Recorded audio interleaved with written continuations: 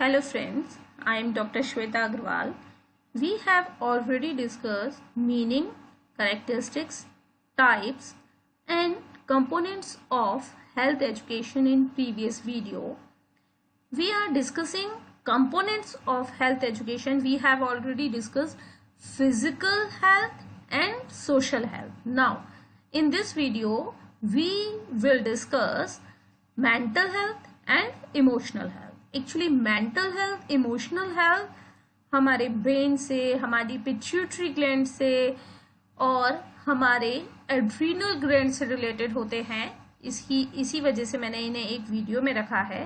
तो ये एक्चुअली क्या है मेंटल हेल्थ और इमोशनल हेल्थ, जिनका इम्पैक्ट हमारी डेली लाइफ पर प्रेजेंट सिचुएशन में सबसे ज्यादा पड़ रहा है। हम नॉर्मली मान के चलते हैं कि जब हम स्ट्रेस में होते हैं, हमारी मेंटल हेल्थ अच्छी नहीं होती या इमोशनली हम जब कभी डिस्टर्ब हो जाते हैं तो उसका इम्पैक्ट हमारी सारी एक्टिविटीज पर पड़ता है। तो ऐसा क्या होता है, क्यों ये इम्पोर्टेंट है और इसका क्या रोल है, चलिए देखते हैं।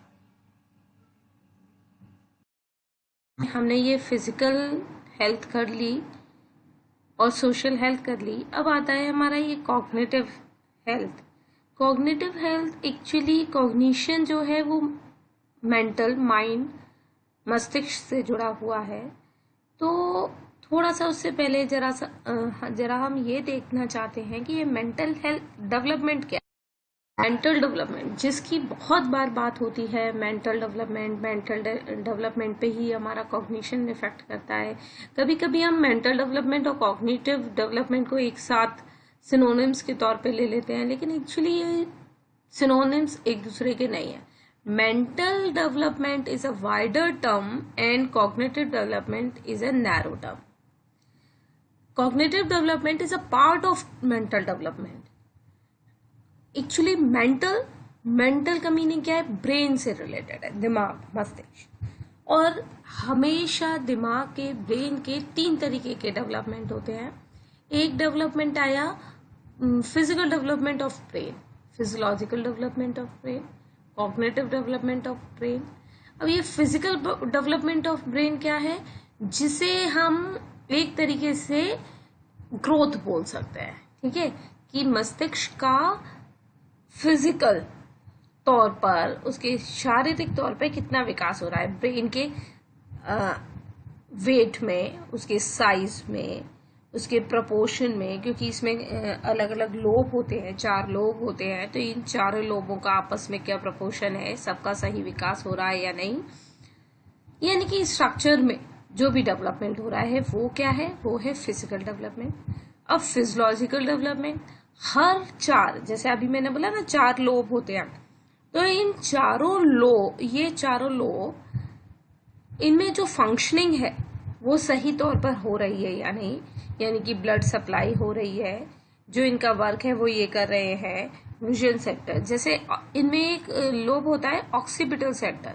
ऑक्सीपिटल सेंटर ब्रेन का लास्ट का लोब है, जो हमारे पीछे ये रीढ़ की हड्डी होती है ना, स्पाइनल कॉर्ड, उसकी तरफ होता है लास्ट में। तो उसका एक्चुअली केवल एक पर्पस है नॉर्मली, क्या, विजन।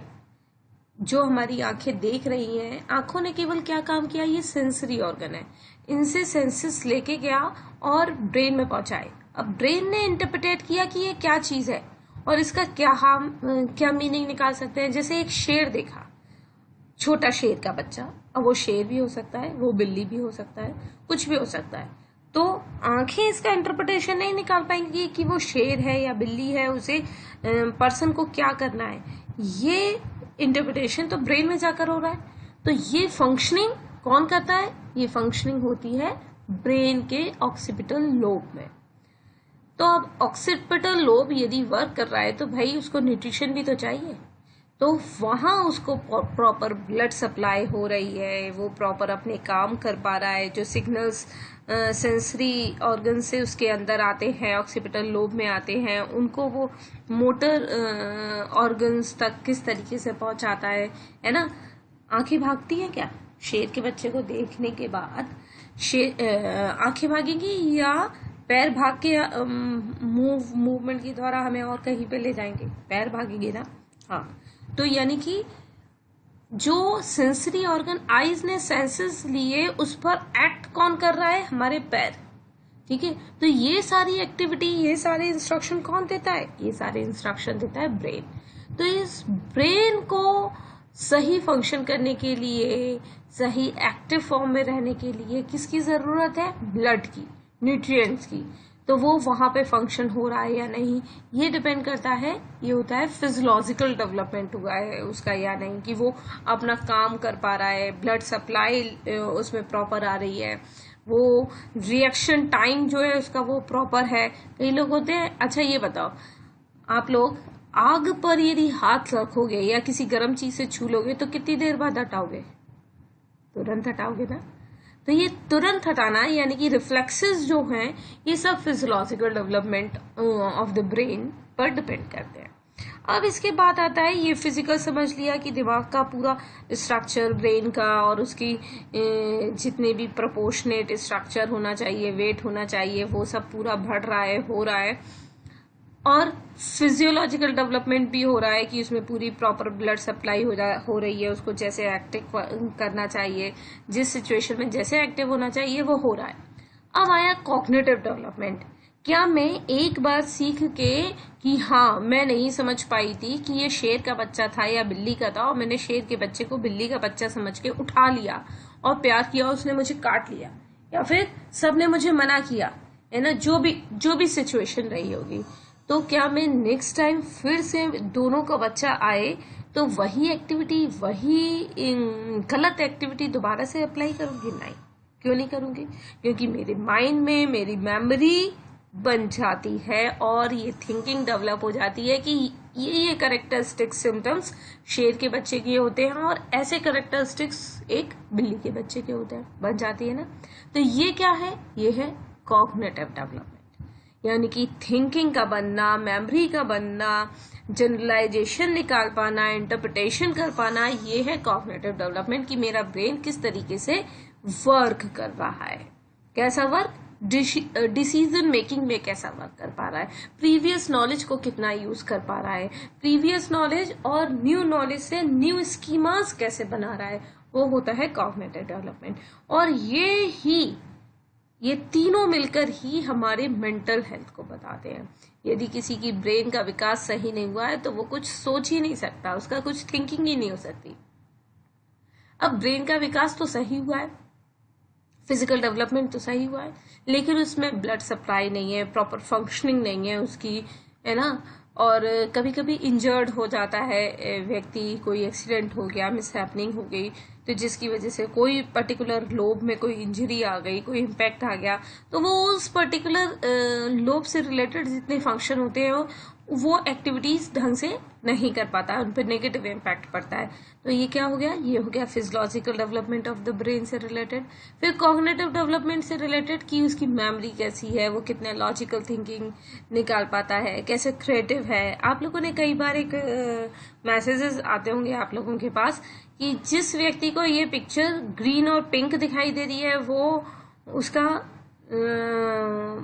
राइट ब्रेन ज्यादा एक्टिव है, और जिसको इस कलर की दिखाई दे रही है उसका लेफ्ट ब्रेन ज्यादा एक्टिव है, या फिर जिसकी को इस कलर की दिखाई दे रही है वो क्रिएटिव है, और जिसको इस तरीके की दिखाई दे रही है वो लॉजिकल है। एक्चुअली ये पर्टिकुलर हम नहीं कह सकते, लेकिन हाँ हमारे 2 हेमिस्फेयर होते हैं, ये आपने पढ़ी है। तो अलग अलग हेमिस्फेयर की अलग अलग कैटेगरी होती है, यानी कि हर पार्ट की ब्रेन की अलग अलग रिस्पॉन्सिबिलिटीज होती हैं जो हमारे कॉग्निटिव एक्टिविटीज को इफेक्ट करती हैं। चलो ये तो बात हो गई है मेंटल डेवलपमेंट में, केवल जो अब तक हम एक पोर्शन को लेते थे या कॉग्निटिव डेवलपमेंट को मेंटल डेवलपमेंट का सिनोनिम्स समझते थे, तो केवल वही सिनोनिम्स नहीं है। हमें मेंटल डेवलपमेंट का मतलब है इसमें ब्रेन के फिजिकल, फिजियोलॉजिकल और कॉग्निटिव तीनों तरह। ये मेंटल हेल्थ क्या है? Mental health is defined as a state of well-being in which the individual realizes his or her own ability, can cope with normal stress of life, can work productively and fruitfully, and is able to make a contribution to his or her community. According to WHO। समझ में आया? क्या कह रहे हैं कि mental health क्या है? मेंटल हेल्थ है अपने आप की एबिलिटी को रियलाइज करना, अपने जो लाइफ से, देखो सबकी लाइफ में कुछ ना कुछ स्ट्रेस तो होती है, अपनी लाइफ की स्ट्रेस से कोप अप करना, उससे निकलना, बाहर आना और नॉर्मल रिलैक्स फॉर्म में रहना, अपनी लाइफ को, अपने आप को, अपनी एबिलिटी को प्रोडक्टिव फॉर्म में लेकर आना, फ्रूटफुल फॉर्म में लेकर आना, ताकि हम इस सोसाइटी को बहुत अच्छा मतलब उसमें बहुत अच्छा रोल अदा कर सके, उसको कुछ कंट्रीब्यूशन दे सके पॉजिटिव मैनर में।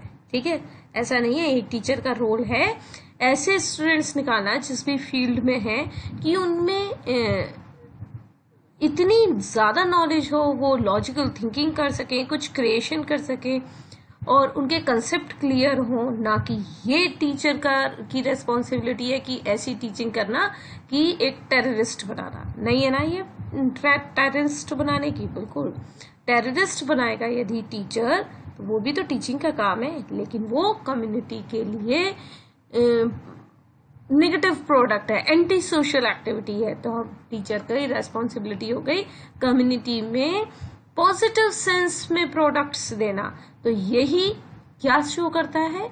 ये शो करता है एक टीचर की गुड मेंटल हेल्थ को। टेररिस्ट जो होते हैं वो भी तो ट्रेनिंग ही दे रहे हैं, वो भी तो अपने जो उनके ट्रेनर होते होंगे वो भी तो अच्छी टीचिंग दे रहे हैं कि ऐसे टेररिस्ट बनाए जिन्होंने पर्टिकुलर जो टास्क सिखाया था बिल्कुल सही तरीके से काम किया। नहीं होगा, लेकिन वो उनकी मेंटल हेल्थ खराब है क्योंकि वो कम्युनिटी के लिए नेगेटिव मैनर में काम कर रहे हैं। तो मेंटल हेल्थ क्या है? मेंटल हेल्थ है अपनी एबिलिटीज को जानना, अपनी स्ट्रेस पे कंट्रोल रखना, उसको नॉर्मलाइज करना और फिर ऐसी एक्टिविटी करना जो कि सोसाइटी के लिए प्रोडक्टिव तौर पे सामने। ये कुछ की पॉइंट्स हैं कि हम किस तरीके से अपने मेंटल हेल्थ को इम्प्रूव कर सकते हैं, या कौन से इंडिकेटर्स होते हैं कि हम कैसे कंसंट्रेट करें, कैसे अपनी स्पीड बढ़ाएं, है ना, रिमेम्बरिंग, अपना रिटेंशन पावर को इम्प्रूव करें, लर्निंग स्ट्रैटेजी, प्लानिंग, हर कुछ प्लान वे में हो और प्रॉब्लम सॉल्विंग एबिलिटी रखेंगे, कैपेबिलिटी या टेंडेंसी रखेंगे तो हम हाई होगा। अब कुछ कैरेक्टरिस्टिक्स हैं मेंटल हेल्थ के। अब कैसे मेंटल हेल्थ अच्छी है किसी व्यक्ति की या अच्छी होने के क्या क्या सिंबल होते हैं वो हम देखते हैं।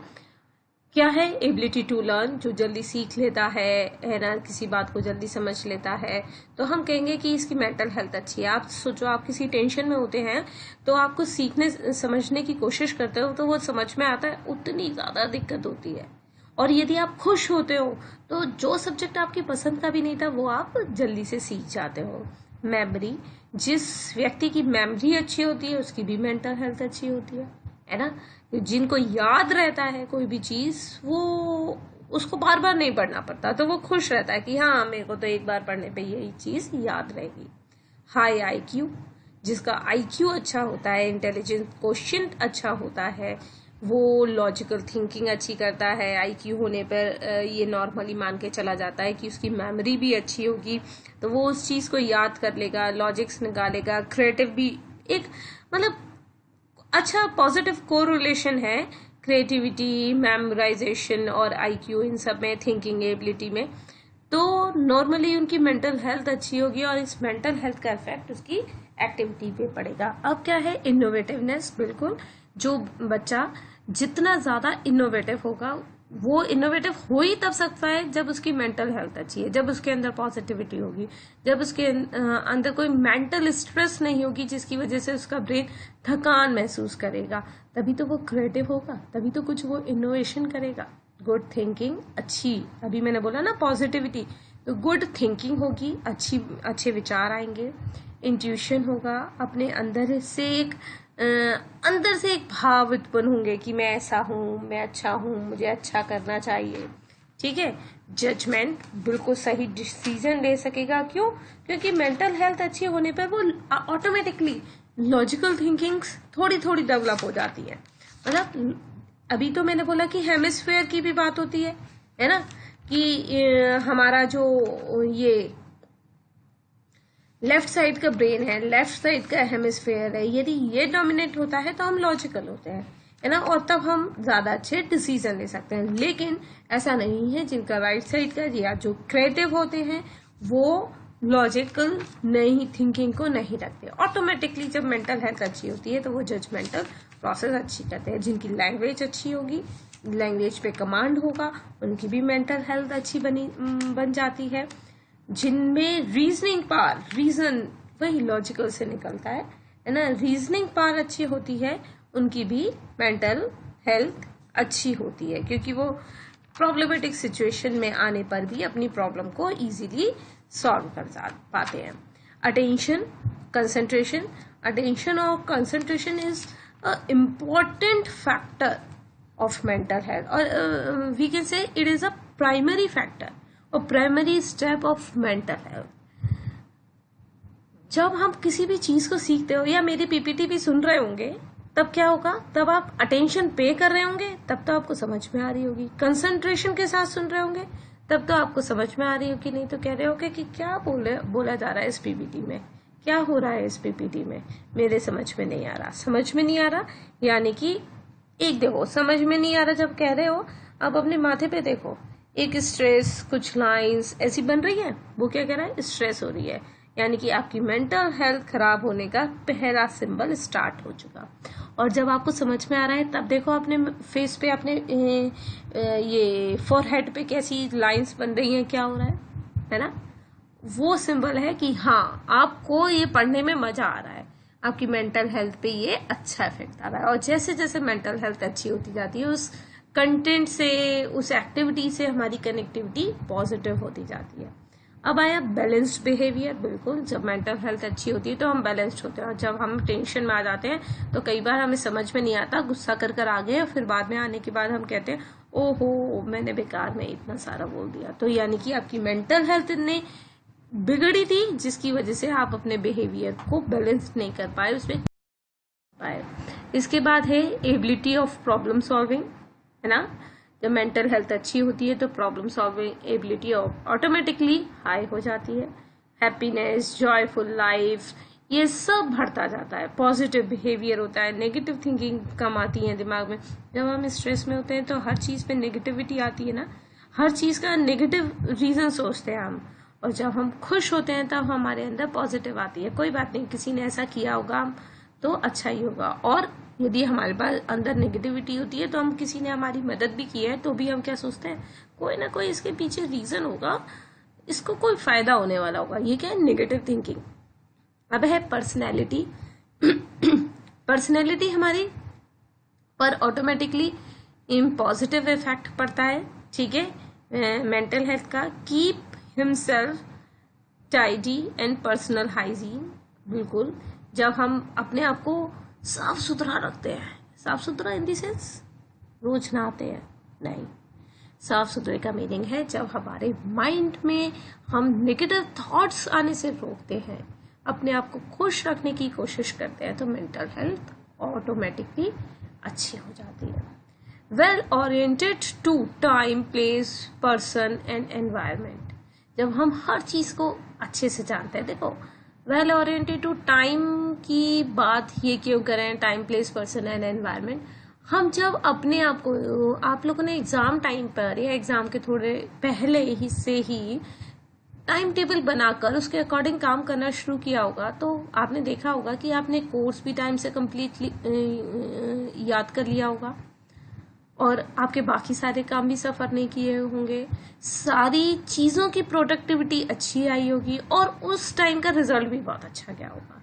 तो यानी कि क्या है कि जब कोई पर्सन अपने आसपास के एनवायरनमेंट को देखते हुए अपने आप को, अपनी जगह को जहां पर वो है उससे कंसर्ट है, और टाइम को ओरिएंट करता है, तो ऑटोमेटिकली उसका रिजल्ट अच्छा आता है, जिसका इफेक्ट उसकी मेंटल हेल्थ पर पॉजिटिव पड़ता है। और जब आप लोगों के एग्जाम आने वाले हों और आपने अब की बार कुछ पढ़ा नहीं है, और अभी भी बिना कुछ टाइम टेबल, टाइम को मैनेज किए हुए पढ़ रहे हो, कर रहे हो, तो क्या होगा, 1 यूनिट तो बहुत पढ़ ली और फिर बाद में लास्ट में 1 घंटा बचा और आपके पास टाइम नहीं है और बहुत सारा कंटेंट पढ़ने को है, जिससे क्या होगा, जिससे आपकी स्ट्रेस होगी और आपकी मेंटल हेल्थ बिगड़ेगी। तो यानी कि ये करने से भी, या ऐसा जो करता है वो भी मेंटली हेल्दी होगा। Useful and productive contribution to society, ये हम पहले कर ही चुके हैं कि ये जो यूजफुल या प्रोडक्टिव कंट्रीब्यूशन देता है सोसाइटी में, ये भी एक सिंबल है मेंटल हेल्थ अच्छी होने का। एडजस्टेड इन ऑल एनवायरमेंट, जो हर सिचुएशन में एडजस्ट हो जाता है, इजीली एडजस्ट हो जाता है, तो वो मेंटली हेल्दी होता है। और जिसकी हर कोई activity planned and organised manner में होती है, वो व्यक्ति कहलाता है। अब ये हो गई मेंटल हेल्थ की बात। अब मेंटल हेल्थ से रिलेटेड क्या होती है, इमोशनल हेल्थ। इमोशंस आते हैं, संवेग आते हैं। अब ये संवेगात्मक स्वास्थ्य क्या है, जैसे देखो, आपकी मेंटल हेल्थ बिगड़ी तो क्या है, आपके अंदर इमोशंस आए, टेंशन आई, दुखी हुए। आपकी मेंटल हेल्थ खुश हुई है ना, अच्छी हुई तो आप खुश हुए, तो ये दुख और खुश होना ही, यानी कि हैप्पीनेस और सैड, ये इमोशंस हैं। अब आते हैं, emotional health is not simply feeling happy all or most of the time, but experiencing a large variety of emotion, positive and negative। बहुत तरीके के होते हैं, है ना, कि वो खुश खुश रहना, हैप्पीनेस और सैड, यही 2 इमोशन नहीं है, बहुत तरीके इमोशन है। जेलस होना और जॉयफुल फील करना, बहुत तरीके के, प्रेज करना, ठीक है, लव, अफेक्शन, ये बहुत सारी चीजें हैं जो कि इफेक्ट करती हैं। Positive emotional health requires the appropriate emotion to be experienced according to the event that has occurred. Sadness, गिफ्ट with loss, fear at a time of the danger, ठीक है। इसके अदर मीनिंग पर इस डेफिनेशन से आपको समझ में आ जाएगा। Emotional health mean being able to regulate emotions and behaviour under different circumstances. Emotional health क्या है, इमोशनल हेल्थ है डिफरेंट, अलग अलग सर्कमस्टांसेस, अलग अलग सिचुएशन में अपने इमोशंस और बिहेवियर को रेगुलेट करना, ठीक है। जैसे सामने से जब बड़ा हो जाता है इंसान, तब उसके सामने से यदि सांप आ रहा है और वो किसी फॉर्मल सिचुएशन है, मानो आप लोग टीचर बनोगे, तो आप एक 4th क्लास में टीचिंग कर रहे हो और सामने से कोई सांप आ गया, तो आप क्या वहां पर उछल कर, नॉर्मली आप क्या करते हो, आपको इतना डर लग रहा है, गर्ल्स के साथ कई बार होता है कि वो कॉकरोचेस से डरती हैं और उछल के एकदम चेयर पे, बेंच पे, किसी पे भी खड़ी हो जाती हैं, तो क्या आप वहां पर ये एक्टिविटी करोगे, एकदम से देख के खुद भाग जाओगे? नहीं, वहां पे क्या करोगे, वहां पर क्लास के अकॉर्डिंग, एनवायरनमेंट के अकॉर्डिंग, अपनी रिस्पॉन्सिबिलिटी के अकॉर्डिंग आप अपने बिहेवियर को चेंज करोगे, आप अपने बिहेवियर को, अपनी इमोशंस को रेगुलेट करोगे। आप वहां पर स्टेबल होकर ये दिखाना चाहोगे कि मुझे इतना डर नहीं लग रहा, लेकिन हाँ डरने की बात है, लेकिन मेरी रेस्पॉन्सिबिलिटी, मेरी अकाउंटेबिलिटी मुझसे क्या कहती है, ये जो मेरे स्टूडेंट्स हैं इन्हें मैं बचाऊं, पहले इन्हें मैं साइड में कर दूं, है ना, सेफ साइड में कर दूं, ताकि इनको कहीं कुछ प्रॉब्लम ना आ जाए सामने, ठीक है। तो सिचुएशन के अकॉर्डिंग अपने इमोशंस को, अपने बिहेवियर को रेगुलेट करना ही क्या है, इमोशनल हेल्थ का सिंबल है, ठीक है। इंटरव्यू होता है, इंटरव्यू में किसी क्वेश्चन के ना आने पर क्या आप वहां पर से उठ के चले जाओगे, क्या आप रोने लग जाओगे? नहीं, आप उस सिचुएशन को कंट्रोल करते हुए, स्माइल पास करते हुए ही अपने बिहेवियर को कंट्रोल करोगे और आंसर करोगे, है ना। अब नेक्स्ट पढ़ते हैं, emotional health includes the ability to regulate and demonstrate feeling in a safe and healthy manner, and that will not result in harm to oneself or other। संवेगात्मक स्वास्थ्य से तात्पर्य है विपरीत परिस्थिति में भी अपने संवेगों को नियंत्रित करते हुए सुरक्षित व स्वास्थ्यप्रद तरीके से उन्हें प्रदर्शित करने की योग्यता, जिसका परिणाम किसी भी व्यक्ति व स्वयं को नुकसान न पहुंचाए, जैसा अभी मैंने बताया। समझ में आ गया होगा। Characteristics of good emotional health, जैसे हमने मेंटल हेल्थ में देखा था ना कि क्या कैरेक्टरिस्टिक्स होती हैं, क्या विशेषताएं होती हैं एक अच्छी मेंटल हेल्थ की, जो कि एक तरीके का सिंबल इंडिकेटर भी है। ठीक है, और इसी तरीके से अब आती है इमोशनल हेल्थ की। क्या है? Ability to handle life challenges well, जो लाइफ में आने वाले चैलेंजेस को, परेशानियों को या चेंजेस को इजीली हैंडल कर लेता है, तो वो क्या है? वो इमोशनल हेल्थ उसकी अच्छी है। बिल्ड स्ट्रॉन्ग रिलेशनशिप, जो बिल्कुल ये जो सोशल रिलेशनशिप भी है ना, ये कुछ हद तक क्या अधिकतर इमोशनल हेल्थ अच्छी होने पर डिपेंड करते हैं। जो जल्दी से गुस्सा कर देते हैं, चीखने लग जाते हैं, दूसरे की बात को एक्सेप्ट नहीं करते हैं, इनसे क्या होते हैं? रिलेशनशिप बिगड़ते हैं। और ये सब सिंबल किसके हैं कि इमोशनल कंट्रोल, इमोशनल हेल्थ अच्छी नहीं है। यदि आपके लिए नेगेटिव सिचुएशन है, आपके लिए एक्सेप्टेबल सिचुएशन नहीं हो रही, तभी भी आपको अपने इमोशंस पे कंट्रोल रखते हुए अच्छी इमोशनल इंटेलिजेंस यानी कि EQ को अपनाते हुए अपनी वर्क को ऐसे या अपनी बात को इस तरीके से एक्सप्लेन करना है कि सामने वाला आपको एक्सेप्ट कर ले। ठीक है, तो ही हमारी इमोशनल हेल्थ भी अच्छी होगी और सोशल हेल्थ भी अच्छी होगी। बीइंग हैप्पी, जब हम खुश रहते हैं तो ऑटोमेटिकली हमारी इमोशनल हेल्थ अच्छी होती है। देखो, कई बार कई लोग क्या होते हैं कि हमेशा मुंह लटकाए रहते हैं, हमेशा टेंशन में रहते हैं, तो उनको देखना भी नहीं अच्छा लगता ना। क्यों? क्योंकि सामने समझ में आता है। या कई लोग गुस्से में रहते हैं, है ना, तो उनसे बात करने का मन नहीं जाता, उनसे रिलेशनशिप अच्छे नहीं बनते। और कई लोग हमेशा मुस्कुराते रहते हैं, चाहे जो मुस्कुरा रहा है उसमें पॉजिटिविटी या आपके लिए पॉजिटिव थिंकिंग कम है, और जो थोड़ा डल रह रहा है या गुस्से में रह रहा है, वो जैसे नॉर्मली बच्चे क्या सोचते हैं कि फादर जो है वो गुस्से में रहते हैं हमसे, तो वो हमारे लिए अच्छा नहीं सोचते। नहीं, वो बहुत केयरफुल होते हैं, आपके लिए केयरिंग होते हैं वो बहुत ज्यादा। तो लेकिन उनके इमोशंस क्या कह रहे हैं? वो गुस्से में है। तो यानी कि इमोशनल हेल्थ का सिंबल है आपके फेशियल एक्सप्रेशन। ठीक है। गुड सेल्फ कॉन्फिडेंस, जो ज्यादा सेल्फ कॉन्फिडेंस जिनमें हाई होता है, ओवर कॉन्फिडेंस की बात नहीं हो रही यहाँ, सेल्फ कॉन्फिडेंस जिनका अच्छा होता है उनकी भी इमोशनल हेल्थ अच्छी होती है। गुड प्रॉब्लम सॉल्विंग एबिलिटी, बिल्कुल जिनकी प्रॉब्लम सॉल्विंग एबिलिटी है, अच्छी है, तो जाहिर सी बात है कि उनमें इमोशनल हेल्थ अच्छी है। सेल्फ अवेयरनेस, जो ज्यादा अच्छे से अपने आप को जानते हैं, यानी कि वो इमोशनली हेल्थी हैं। जब हम सेल्फ अवेयर होते हैं तभी हम अपने इमोशंस पे कंट्रोल कर पाते हैं, उनको रेगुलेट कर पाते हैं।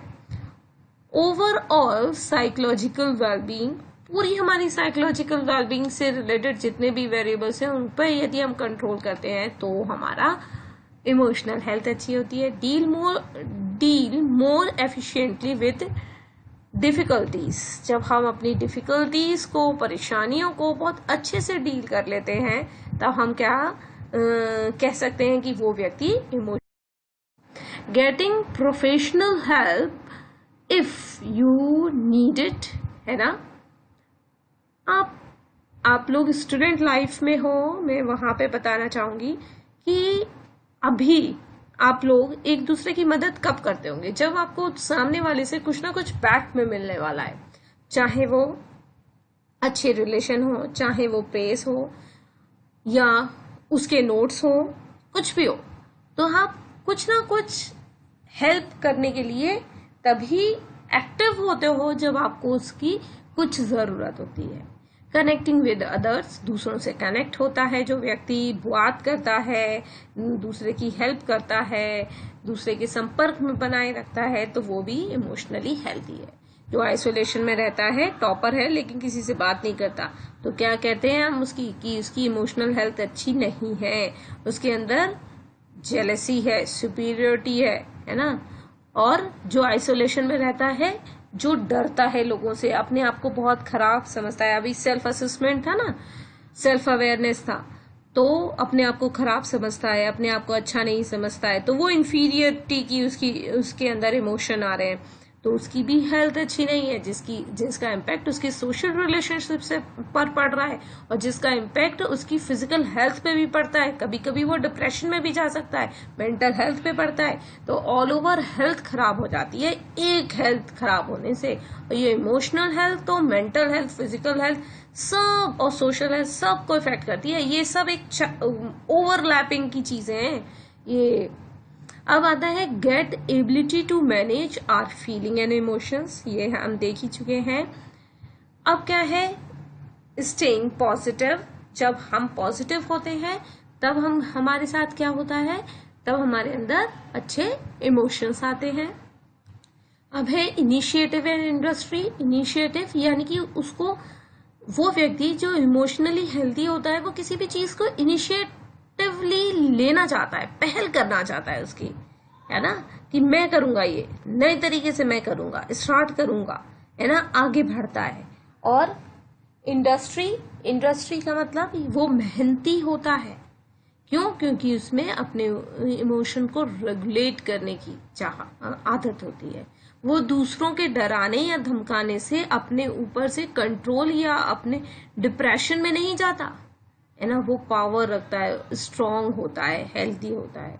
गेटिंग फिजिकली एक्टिव, और वो फिजिकली भौतिक रूप से ज्यादा क्रियाशील होता है, दूसरों की मदद करता है, अपनी जितनी जरूरत है उतनी नींद लेता है। देखो, एक नॉर्मली जो स्टडी करता है व्यक्ति, उसके लिए बोला गया है कि 8 घंटे की एक दिन में नींद लेना जरूरी है ना। जो मेंटल वर्क ज्यादा कर रहा है, जो फिजिकल वर्क कर रहा है, उसको तो 6 घंटे में आराम मिल जाएगा, लेकिन जो मेंटल वर्क कर रहा है उसको 8 घंटे की नींद लेना, वो भी साउंड स्लीप की बात करते हैं। साउंड स्लीप लेने के लिए, क्योंकि नींद जो है वो हमारे इमोशंस पर, हमारी मेंटल हेल्थ पर बहुत बड़ा इम्पैक्ट डालते हैं।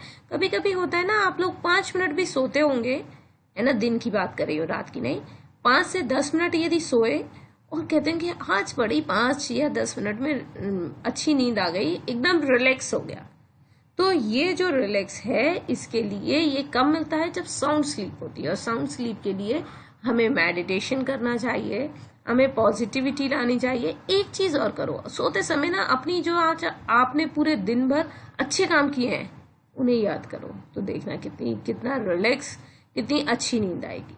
तो इससे क्या होगा, नेक्स्ट डे आप ज्यादा हेल्दी, ज्यादा एक्टिव महसूस करोगे। फिर लास्ट आता है डेवलपिंग कॉपिंग स्किल, यानी कि अपने अंदर कुछ ऐसी स्किल्स, ऐसी कौशल को डेवलप करो और उन्हें याद रखो। ये नहीं कि अपने अंदर, जैसे हनुमान जी थे, उनके अंदर खूब सारे कौशल थे, खूब सारी स्किल थी, लेकिन वो उन्हें याद ही नहीं थी। जब याद नहीं थी तो वो परेशान हो रहे थे, यानी कि उनके अंदर नेगेटिव इमोशंस आ रहे थे। तो अपने अंदर अच्छी स्किल्स को डेवलप करो, उन्हें याद रखो, उन पर, ठीक है। इसी तरीके से कुछ और असेंशियल ट्रेट्स दिए हुए हैं इमोशनल हेल्थ के। क्या है? ऑनेस्ट बनो, स्टे ऑनेस्ट, स्टे पीसफुल, बिल्कुल पीस रखो अपने अंदर। देखो, पीस के लिए मैं कुछ टिप्स दूंगी, 3 बातें बताऊंगी कि इन 3 बातों को यदि हम अपनी लाइफ में अपना लेंगे ना तो बहुत शांति मिलेगी। क्या? अपनी सिचुएशन को एक्सेप्ट कर लो, किसी से एक्सपेक्टेशंस मत रखो, ठीक है, और कई चीजों को इग्नोर कर दो।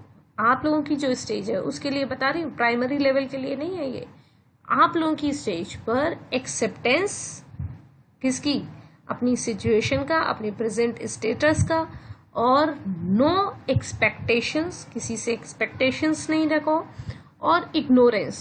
कुछ चीजें ऐसी होती हैं जिन्हें इग्नोर करना पड़ता है, तब हमारी इमोशनल हेल्थ आज की प्रेजेंट सिचुएशन में सही रह सकती है। Stay grateful, stay positive, stay connected, stay intentional, stay determined, stay balanced। अब ये सब आ चुका है। Stay strong और stay hopeful। आशा कभी नहीं छोड़नी चाहिए।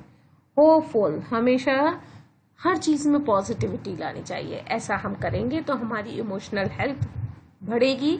और ये मैं पहले ही बता चुकी हूँ कि जितनी भी हेल्थ है वो सब इंटर रिलेटेड है, एक दूसरे पे अपना इम्पैक्ट डालती हैं। थैंक्स।